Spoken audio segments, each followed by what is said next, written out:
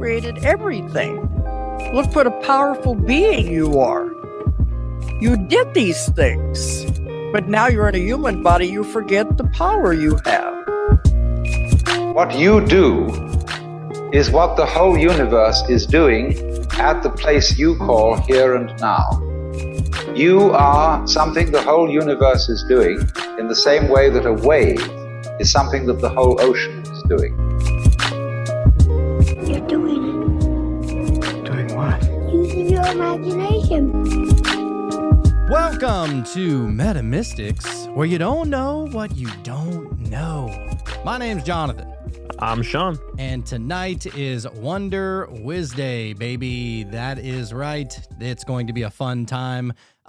We don't have a guest tonight, but the topic is something that I feel like is right there, dude. It's right there, right? Like for the picking. And I feel like so many people just, kind of look past it. And so yeah, tonight we're going to blow some damn minds. That's really the goal. And the best way that we possibly can. So welcome into in the best way. In the best way. Yeah. I was telling my parents earlier, I was like, dude, some people, they have their mind blown one time and they're like, nah, I want to stick with what's comfortable. I don't like having my mind blown. I'm good on that. Some people, they don't like, they don't like getting drunk because of that, or they don't like smoking weed because of that. They'll never try psychedelics because of that or whatever. Right. Yep. And I feel like we've done so many of these shows to where I've just become addicted to having my mind blown. You know what I'm saying? Like it's a full-on addiction at this point. Well, one of my favorite things too is, not only the topics that happen to come up or the things that you bring up or the things that I've already been contemplating, which is kind of strange already, but the fact that, a lot of people are kind of vibing on this type of information. I feel like I always have an idea of where the show's going to go, just based off of the topic that you've brought up. And then it goes somewhere totally different. And I get so many more things out of it than I even could have imagined. That's my favorite part. Well, hopefully that is how tonight is going to be for the one out there, because tonight we are going to be talking about, is life a dream? Is it a matrix? Is it a simulation? Is it something more? Is it something less? Or are we just a bunch of crazies? And I promise you, it's not your grandma's Matrix story. Okay. This one's going to go a little deeper. Yep. Dude, it was just last night as of time of recording. So we typically record these live shows on Wednesdays, and then the Cult of Conspiracy live shows on Tuesdays, right? So it's usually fresh in my mind about what we talked about the night before in those live shows. And me and Jacob were going on, and I was like, well, yeah, I mean, I'm pretty sure it's, I don't know if it's been proven, but at least that they're alluding to consciousness preceding reality, like material reality. Yep. And that, it's not so much that something had to be physical first, and then there was some kind of chemical reactions, and then consciousness was born from it.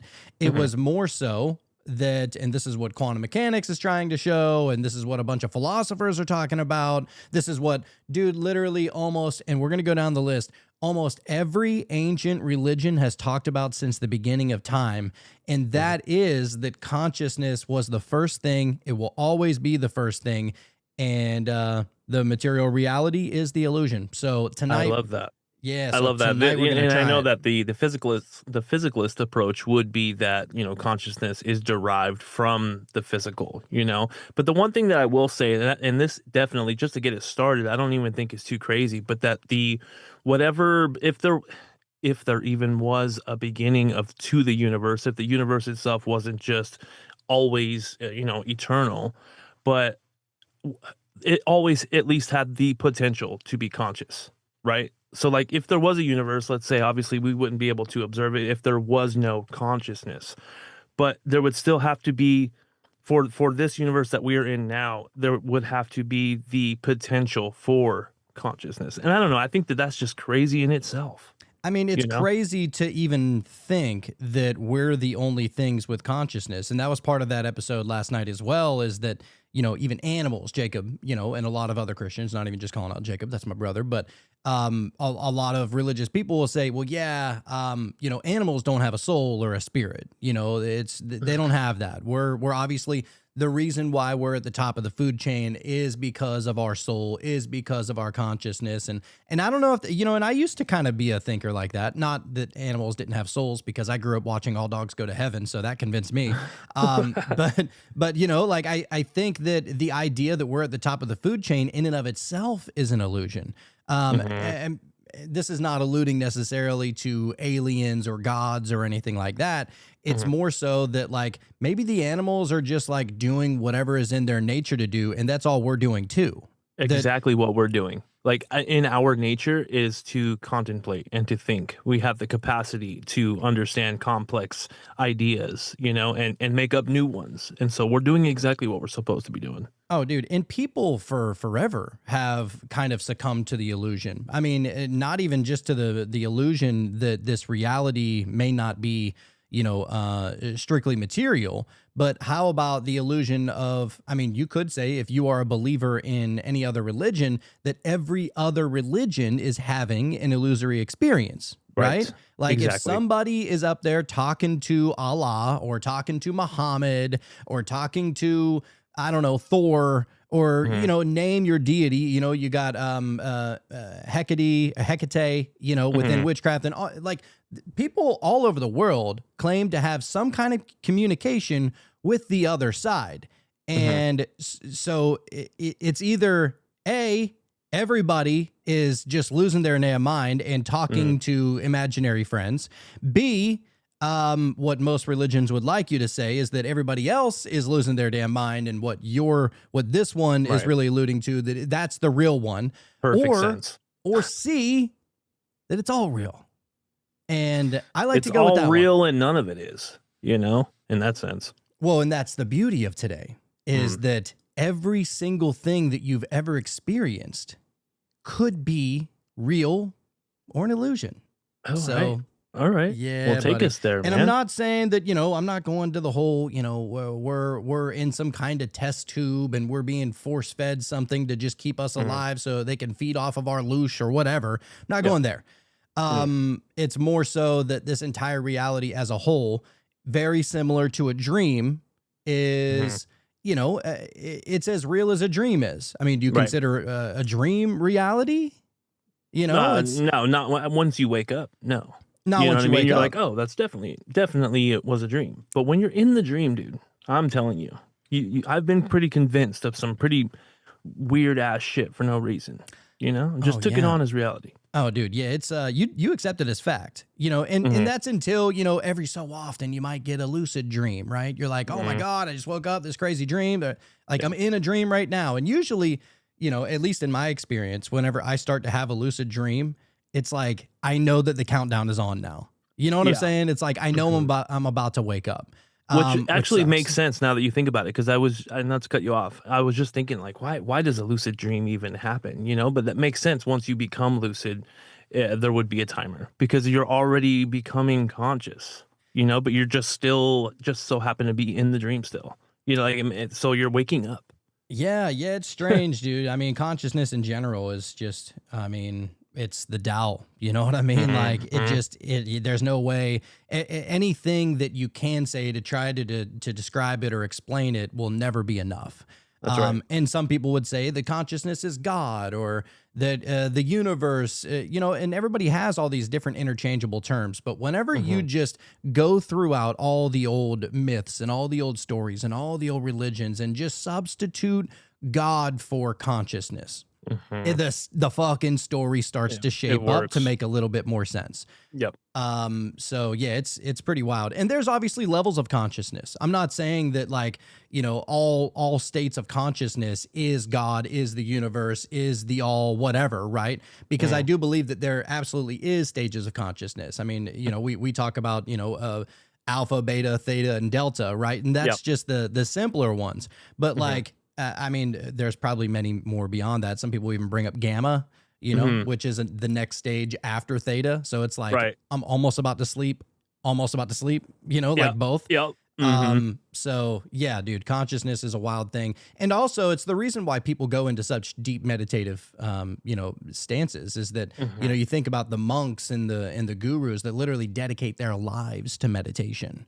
You know what I'm saying? Like, think about those bald-headed monks that are sitting at the top of Mount whatever, and they're in the freezing cold snow, right? Because it's all super high up, obviously, so it's gonna be a little chillier. In the clouds, right? In the clouds, and the weather's not affecting them, like Wim Hof type shit. Right. And they're like, I am peace. You know? Right. Well, I think that, you know, they've gotten to a place in their mind that it's like, I am warm as long as I accept it. And so then what's crazy about it is that their body starts to accept that information.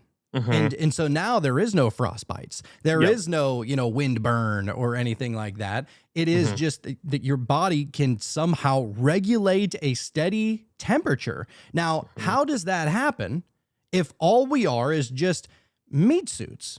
How does that happen is if this is the material reality that we talk about? Where's the little hot pockets or the hot hands that are they hiding it in their robe? You know, like what's keeping them warm? What is bringing that heat out of them? And what's crazy is it's their fucking mind. It's their consciousness. And it's just stuff like that to where you look at it and you're like, that doesn't actually make sense that that's a real thing. Yeah. I mean, if you look at it, dude, you're just a big ass clump of cells, you know what I mean? And your mind is telling those cells, like, we're good. Don't even trip. You know what I mean? We're warm. We're safe. We're at peace right now. And they're just like, all right. Yeah. Well, I mean, that's the same thing with transmutation. That's all it is. It's just transmutation. It is the most magical thing, you know? Absolutely. And so I would actually say that transmutation would have to be a city, right? Like it has to be a form of a city. Absolutely. And you can train your mind to absolutely believe whatever you tell it. Yeah, that's a superpower, dude. 100%. So, yep, that's what we're going to be getting into today. Before we do, I want to get over the chat, see what all of the one are talking about. Taylor said, Happy Wednesday, weirdos. Here for this topic tonight. Let's go. I needed this one. Yeah, and weirdos too. I love it. I think that was something we were contemplating in the beginning of what we were going to call, you know, the listeners, the weirdos. Yep. It's just implied now, I think. It's interchangeable. Yeah. It's like tomato. But White Boy Wizard said, what up, you lovely muffuggers? What up, my dude? White Boy Wizard, love you, dude. Ben Crafton said, I love it. Welcome, Ben. And Taylor said, oh my God, talk about Matrix. I've literally heard more about monks in the past 2 days than ever. The synchronicities trip me out. Wow. That's cool. Well, there you go, man. And it's kind of crazy too. So, you know, the how people used to look at people chasing their spiritual truth or trying to become one with God, and you like look at that over time. It used to be really understood, like the story of Buddha, right? Everybody knows the whole story. I'm not going to give the whole thing, but like essentially, you know, he lived this prim and proper life for the longest time, didn't know that all these negative things were even happening around him. And so whenever he started to realize that, he kind of separated himself from everything, right? Because he was like, you know, to live is basically to suffer, right? And that was like, not even necessarily to live, it's that to have attachments is to suffer. Yeah. And so he like detached everything from his life. I mean, he had a wife, he had kids, and he decided to go off on his own. I don't know I can't remember how long he was gone, but he was gone quite a while, and his family was proud of him for that. Like that was like a very proud thing that you'd be like, oh my God, my husband's doing it. Like that's crazy, you know? Yep. And you know, it's crazy that that's not necessarily so much accepted, you know, nowadays.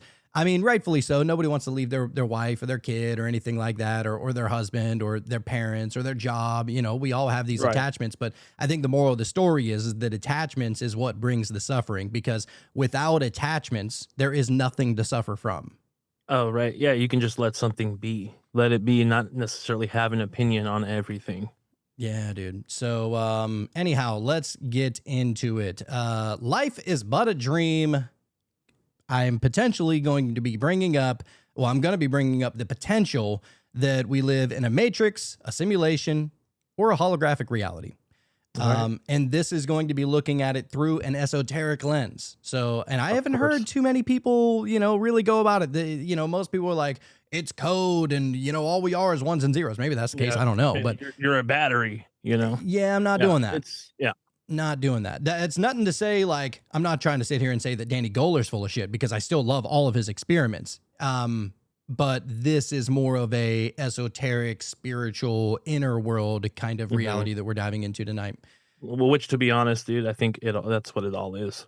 It's all an internal battle. It's all an internal struggle, an internal, they say that, heaven is within you, and I believe it, dude.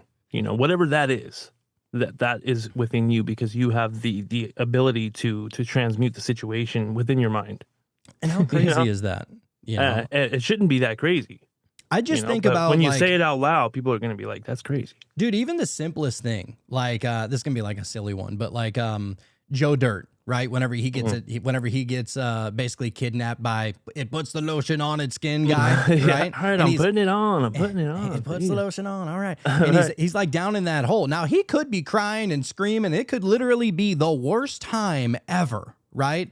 But he's just like cracking jokes. He's not really taking anything too seriously. He eventually gets out and he finds out that guy used to, what was he, like cutting people's faces off or something like that? Wearing them and shit like that. Yeah. Right. And he got it. Well, what a weirdo, and just walked away. Like a lot of people would be traumatized by that. But I think that maybe, at least within the story, it was a version of, transmuting a little bit, right? Oh, absolutely. Dude, I feel like that movie is so underrated, man. Dude. But it's so fucking good. It's a classic. It gets better every time, I think. Yeah, it does.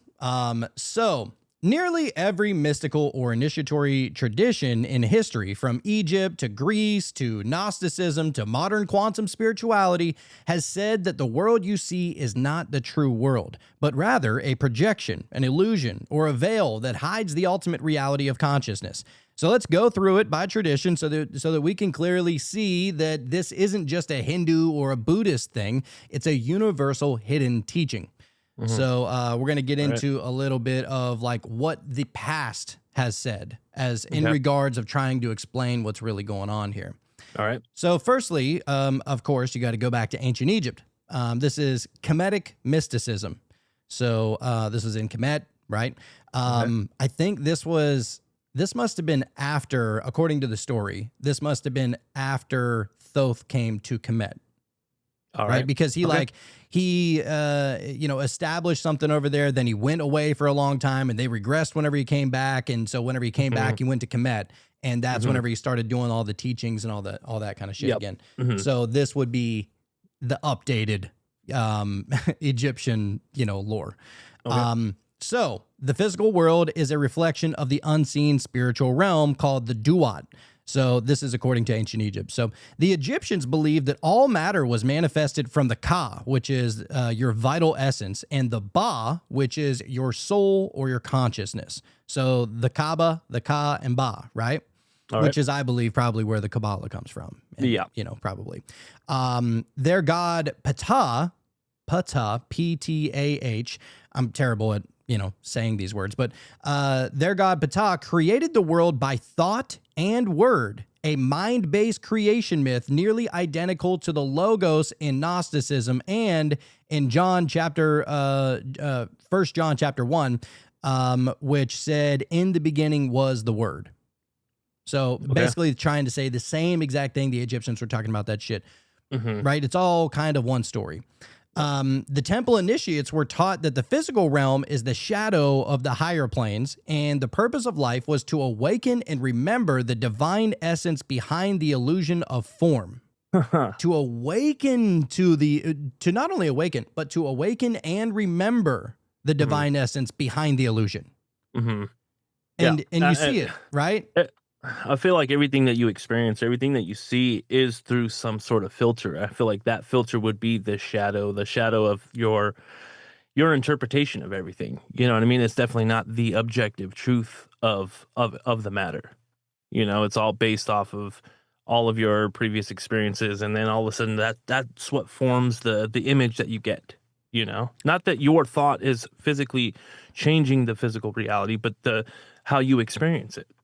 Right. And also I did want to say, I can't remember if I finished the sentiment earlier about the reason why we're doing this is actually me and Sean are going to be doing an episode with Jacob on the Cult of Conspiracy here soon.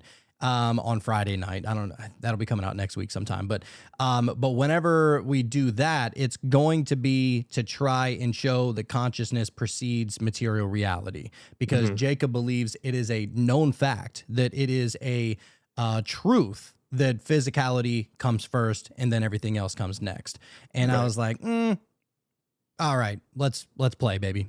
And I feel like, to be honest with you, I feel like both realities of that would be just completely unknowable. Obviously there's no way for us to go back and say, okay, let's go all the way back to the beginning, if there was a beginning, and see if there was consciousness just kind of residing there before everything really started. I don't think we'll ever know that, but. Well, that's the beauty about this, at least what the ancient Egyptians were saying, that the purpose of life was to awaken and remember. So maybe that's how it was kind of tapped into, maybe it was some kind of, what is the library called? I always forget. The Akashic. The Akashic records, right? And then of course there's the Library of Alexandria and stuff like that. But like and even still, real quick, I'm so sorry, I didn't mean to cut you off, dude. No, you're good. But even still, even in the religious sense, before there was physical, there was God, right? Was God unconscious? You know what I'm saying? Yeah. I don't know how unconscious is birthed from conscious. Right. Yeah, I don't know. So I'm saying, like, even in through that frame, even through that lens, consciousness was still a thing, because I would believe that God was conscious when he created everything. And also, I just kind of want to throw it out there too. Like, the idea of something being unconscious doesn't mean that it doesn't have any conscious at all. It's just more that it's in a more relaxed kind of state, right? So I always say this, like, dude, I don't know, maybe up until I was like 25, I was so blue pilled to everything. Like the illusion really got a hold of me. And I was doing everything that the illusion wanted me to do, right? I mean, I was partying, I was drinking, I was smoking, I was getting down with a lot of things. And, it was like not necessarily the right way to live, because I was not living in accordance to, call it God's will, or call it the the universal mind's will, or consciousness higher will, or something like that. Totally reactionary. Very at that point. Yeah, animalistic. Yeah.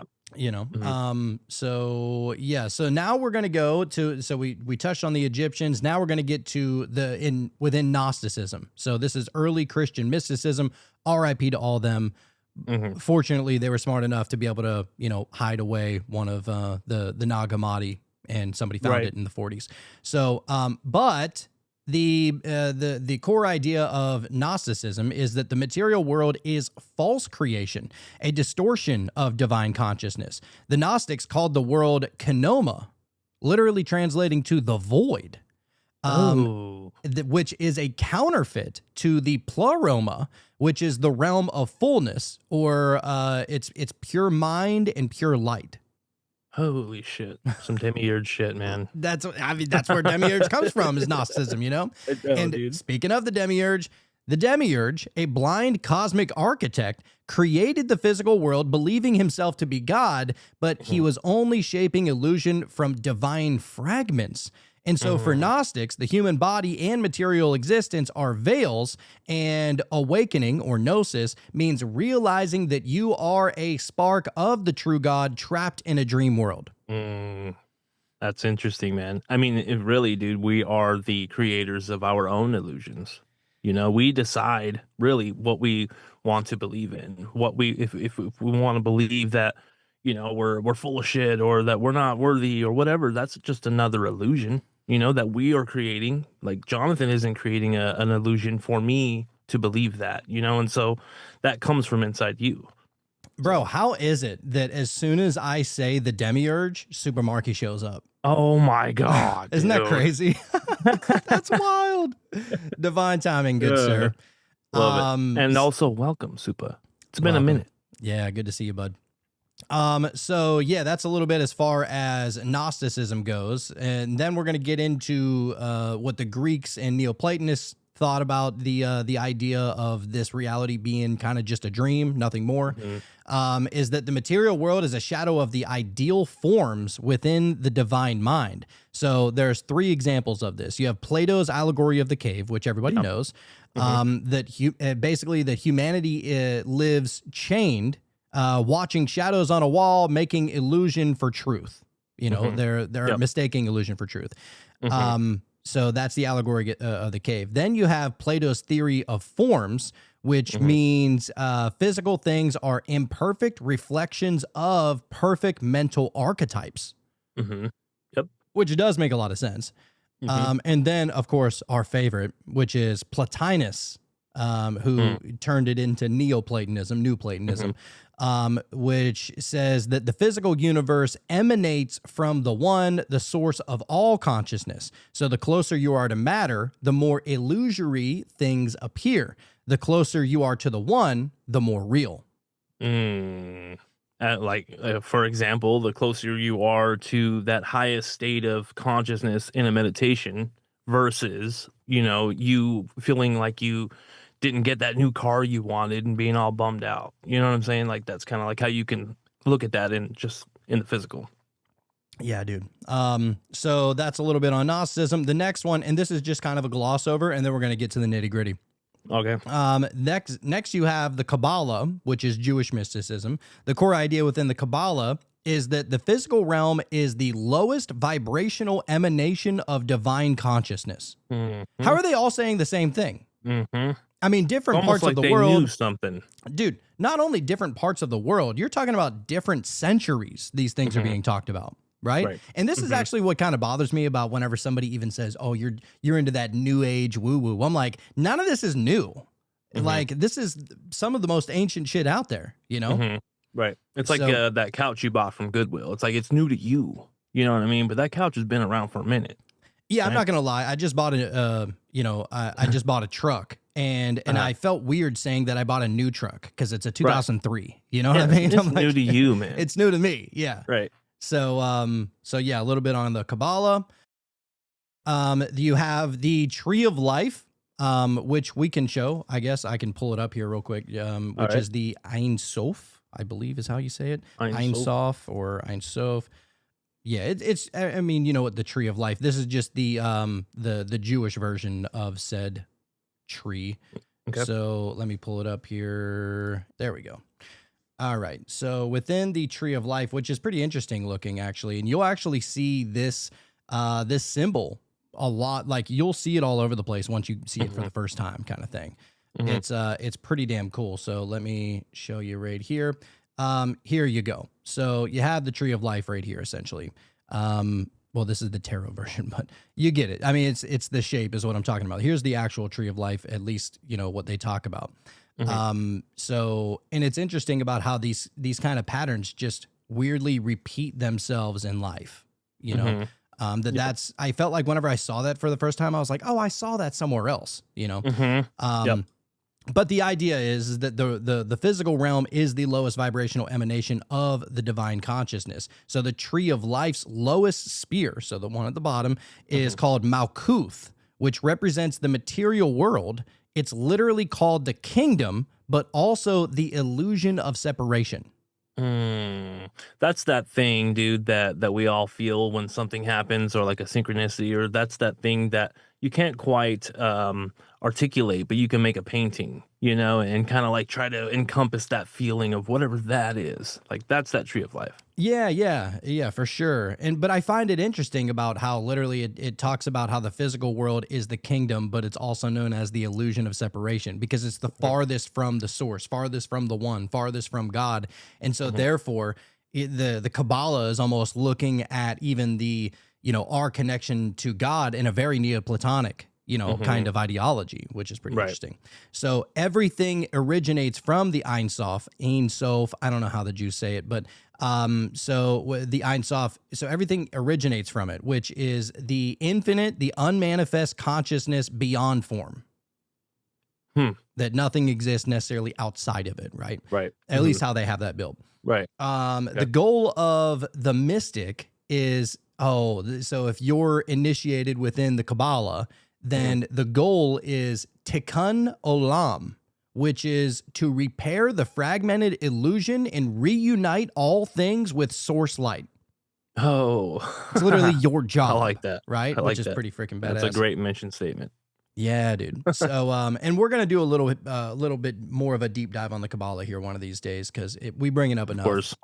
Yeah. And nextly, we're gonna have Christian mysticism and Hermetic Christianity, which I didn't even know was a thing, but Oh, okay. pretty sweet. So the idea of heaven is within. The core idea of that would be that heaven is within. It's not outside or physical.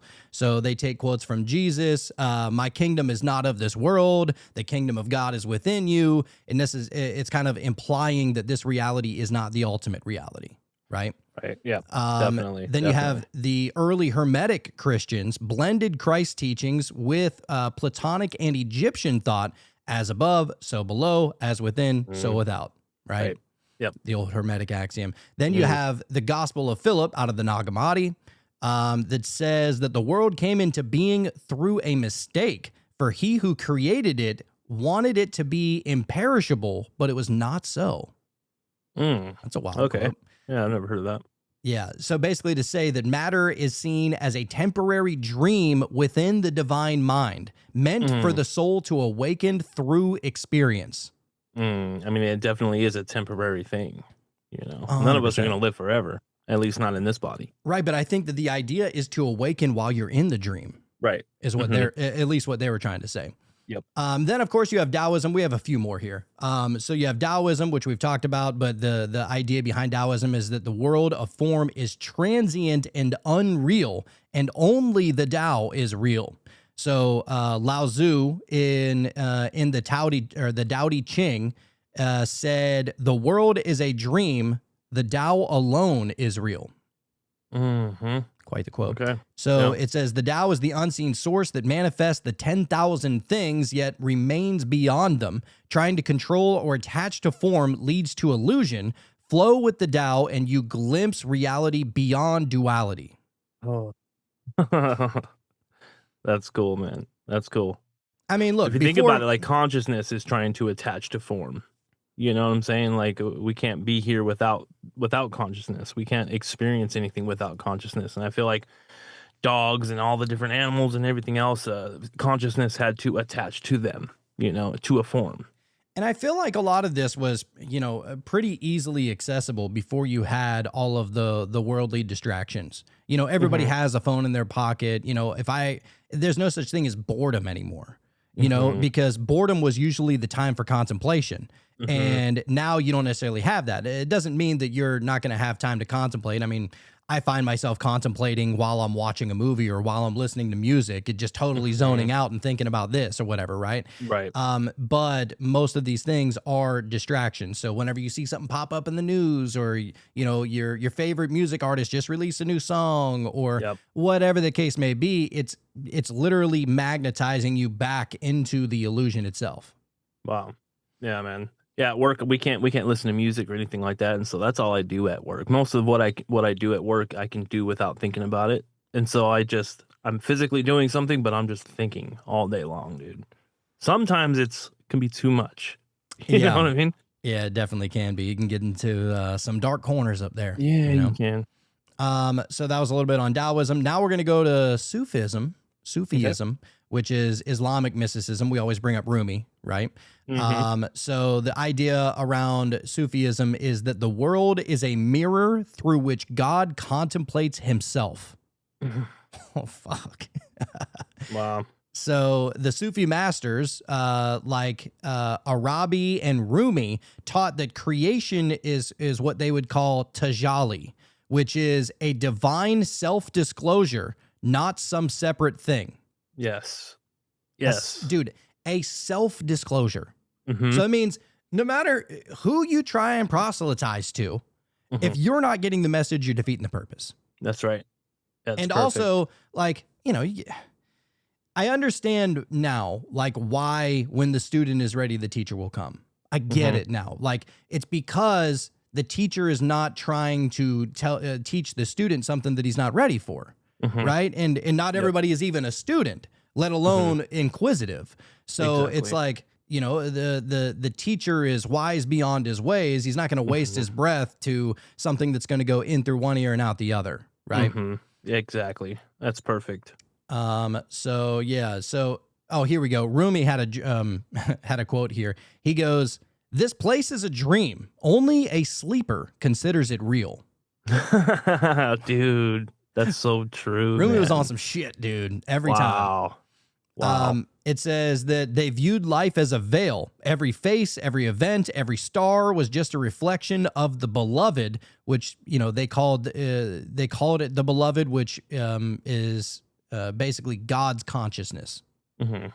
So, dude, Okay. we need to do a little bit more on Rumi and Sufism because that shit is deep. Yeah. I think I'm going to need a little 4ACO trip after this episode, man. Yeah, dude. Let's go into the rabbit hole, baby.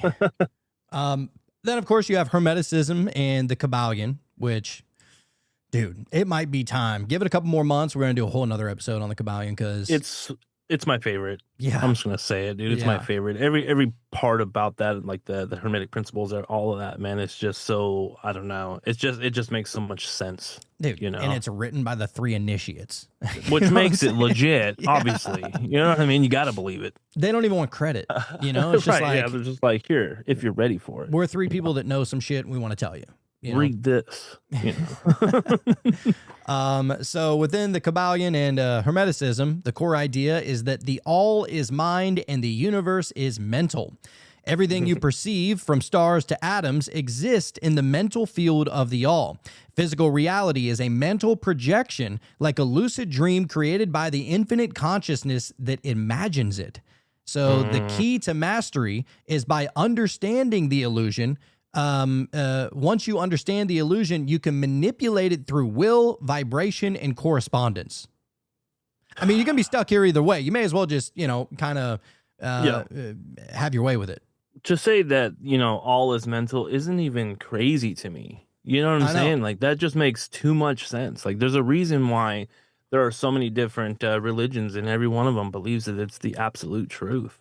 You know, they're not just sitting there thinking like, maybe it's true, maybe it's not. Like, no, that's reality for them. You know, and their mind led them to that.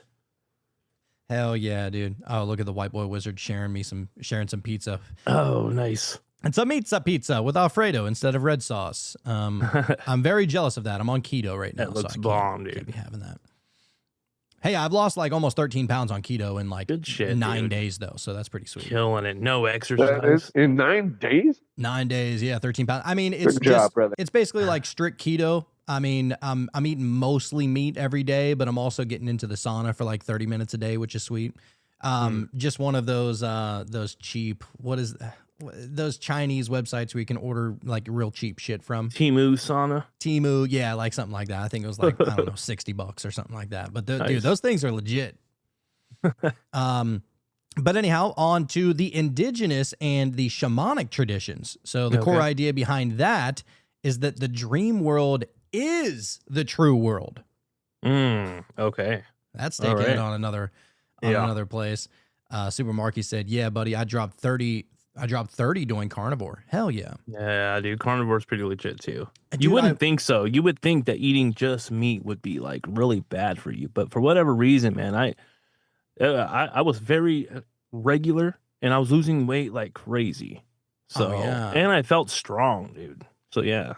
Yeah, it's and that's something that I really kind of figured out too, is that, you know, basically the root of all of our problems is you know, found in the pancreas. You know what I'm saying? Like, because, you know, that's why diabetics are diabetics, because they can't properly, you know, create, you know, their regulated sugar levels with insulin and, you know, and shit like that. But like every single carb that breaks down turns into sugar, which then is, you know, kind of filtered through the pancreas. And so the idea is that you want to be able to like cleanse through that pancreas, and, you know, then you're going to have higher levels of metabolism and you'll lose weight a lot faster. And it's pretty crazy. So whenever you're on like a carnivore diet, there really ain't shit the pancreas is really doing anyway for it. Right. It's just going through its regular process. So, that's great. Yeah. It works. I can't do full on carnivore though. I love vegetables, you know? Yeah, for sure. And I need my mushrooms, man. I need some mushrooms. You know what I mean? buying steak and chicken like that is just, Plus, I get need a little pricey. I need my keto pizzas. Those things are a lifesaver because it kind of Yeah. feels like you're cheating. The best thing, that's the best thing about keto is every meal that you're eating, you're like, oh, you feel like you're getting away with something. I know. Yeah. It's like, oh, I'm gonna lose weight after eating this. Okay. What All right. I can eat like a rack of ribs and lose weight. That's kind of crazy. Yeah. It's ridiculous. White Boy Wizard said, killing it. My deer and elk, raw milk, and chicken eggs. Cleanest eating of my life the last 5 years or so. When I branch out of this, freaking makes me sluggish. It really does, dude. Like, I'm not even looking forward to tomorrow. Like, I am, but for another reason. Tomorrow's my grandma's birthday. She's turning 76, right? And so we're going to be going out to an Italian restaurant, and good luck. You know what I mean? It's like, and this place is supposed to be, from what I hear, it makes Olive Garden look like great value. So, I'm sure. I'm sure. As soon as you're done eating that, though, your face is just gonna feel like, oh, dude, nap time, thoughts of suicide, all the things. Yeah. It's not fun. So anyway, all right, look, let's get back to it now. So the indigenous and shamanic traditions is the idea behind it is that the dream world is the true world. And obviously there's a bunch of indigenous cultures all around the world. We always just normally associate with the American ones, but I mean, dude, the Australian Aboriginal, dude, that's some deep shit that you can look into. And what they're really most popular, at least what people bring up most about them, is the Australian Aboriginal dream time. So the dream time says that the physical world is a shadow that is cast by the timeless dreaming consciousness that shapes and sustains matter. Oh, wow. Sounds kind of dark, dude. These are people that didn't evolve in the way that, modern day humans did. They stayed with nature, and they're still Aboriginal out in Australia, right? Like they're still working with nature on behalf of nature, in accordance with nature. And so this is what they're saying, is that the physical world is a shadow that is cast by the timeless dreaming consciousness, which makes sense, dude. Yeah. And then, of course, you have the Native American and the Amazonian shamans that say that waking life is the dream of the Great Spirit, and that plant medicine journeys help pierce the veil to the real world beyond form. Wow. Yeah. I mean, of course, right. It was. I correct me if I'm wrong, but isn't ayahuasca? That's in the Amazon, isn't it? Oh, I'm not sure, dude. Not sure. I think they do like a lot of plant ceremonies out there. White Boy Wizard says yes. Okay, yeah, I thought so. Yeah, pretty sweet. Yeah, I'm kind of scared to do ayahuasca, but I can't imagine. It's a long time. I just can't imagine tripping that hard for that long. Like, there's only so much I can handle. You know, I mean, I'm sure everybody can handle it, but I feel like I don't need that. I got a little taste of it already. Yeah, dude. When the student is ready, right? I mean, who knows? Maybe whenever I'm like 65 years old, I'm like, I'm ready to get the fuck out of here. It's time to turn the page. I might convince myself, you know what, whatever, I'll try it. Right. Next What's thing the worst I that know, can happen at that point? Next thing I know, I'm running around the woods all buck naked talking about, I don't know, our Lord Pleiadian, whatever, it's like. Yeah, dude. There's a really old guy just running around naked, screaming and crying. It's strange. It's sadness. It's tears of sadness and joy at the same time. It doesn't make sense. He had a smile on his face, though, so it's just very strange. He's all sweaty. White Boy Wizard said, come with me to do ibogaine treatment. I'm going to take your word for it on that one. I hear great things. I really do hear a lot of great things about ibogaine, but I would love to hear the story on some real shit. I would love to hear what your experience is like. Are you planning on doing that pretty anytime soon?